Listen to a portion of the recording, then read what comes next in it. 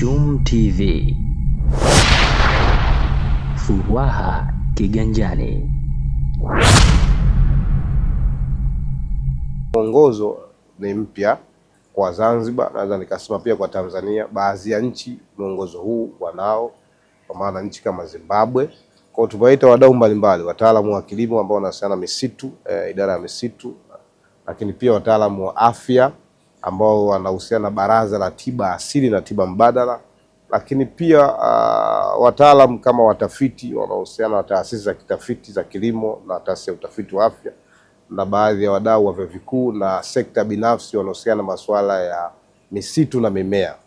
Mwongozo huu utasaidia kama taifa kuweza kuendeleza na uhifadhi wa mimea tiba iliyopo nchini ambayo inatumika kwa matumizi mbalimbali, ikiwemo matumizi ya afya kwa maana afya tiba ya dawa za asili, lakini pia matumizi ya kitalii na biashara. Kama tunavyofahamu kwamba Zanzibar kijiografia ni eneo ambalo ni la muhimu sana katika sekta muhimu ya kiutalii. Kwa hiyo mwongozo huu ukiwepo, wale watu ambao watabibu wetu wa asili wataweza kuvuna vizuri na kuweza kutumia rasilimali za mimea tiba kwa usahihi, kwa sababu tunaambiwa na ilivyo, tukifanya tafiti mbalimbali inaonekana baadhi ya mimea imepotea, na inapotea kwa sababu hakuna mwongozo wa kuweza kumuongoza mtu namna gani aweze kulima, kupanda, lakini pia kuvuna, avuneje. Baada ya mwongozo huu kupita na kukamilika, sasa ni jukumu letu kama baraza na wadau wengine kuweza kuwafikishia wale wadau wetu mbalimbali katika jamii, ili uzidi kufahamika huko chini, kwa sababu wao jamii ndio watu namba moja katika kuhakikisha kwamba hizi rasilimali zetu hususan za miti dawa zinaendelea kuhifadhiwa na kuimarika.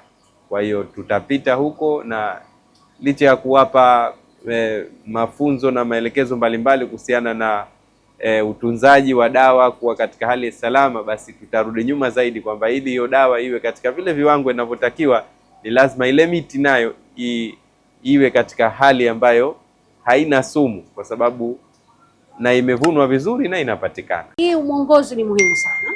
Kwanza utawadirect wale watu ambao wana traditions zile za asili, misitu asili au ile dawa za asili zinazotoka kule. Kwa sababu wenyewe watu wa afya wanataka kufanya alternative medicinal plant. Tunafahamu wazee wetu zamani walikuwa hakuna haya sana madawa ya kemikali, lakini sana walikuwa wanatumia yenyewe za kimila zile, au wenyewe za tradition tunasema, au cultural. Mtu atumia 40 tunatumia mpaka leo, au chukua hicho, chukua mzizi fulani utafune, unamzaa muda huo kutujali kutibua tumbo, au pengine kutibu mambo haya ya gesi na mambo mengine. Kwa hiyo tutudumishe ule utamaduni wetu na ile cultural yetu, ni nzuri sana. Sasa hii guideline wanavyoweka sasa, kwa vipi utavuna, vipi utakata. Kwa wengine kuna miti mingine ile madawa yapo katika bulk, tunasema ile magome ya ule mti. Sasa wengine wana wanafanya harvest zaidi. Sasa ukiharvest zaidi, sengine mti unaharibu.